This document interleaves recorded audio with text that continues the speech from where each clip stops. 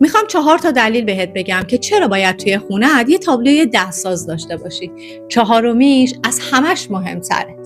اولیش این که یه تابلوی دستساز یه انرژی زنده است، به محیط گرما میده، به خونه نفس میده چون روح داره.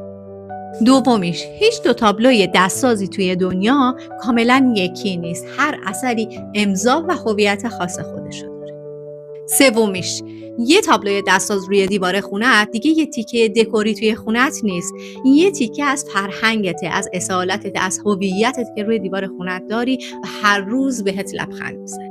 و 4میش که از همه مهمتره، یه تابلویی که با دست ساخته میشه امضای خودته، همونیه که خودت میخوای، یه تیکه از وجود تو، چون تو خودت جزء طرح و رنگ و ترکیبش رو انتخاب کردی و توی ساخت شریکی و وقتی میاد روی دیوار خونت میشینه اون حس ناب هنر و اصالت و زیبایی پسندی که تو وجود خودت رو بهت منعکس میکنه. حالا تو به من بگو وقتی یه تابلوی دستساز داری توی خونت چه حسی داری؟ این زیر برام بنویس، این پیجم فالو کن تا تابلوی بعدی که سورپرایزه و ایده خودمه رو از دست ندی.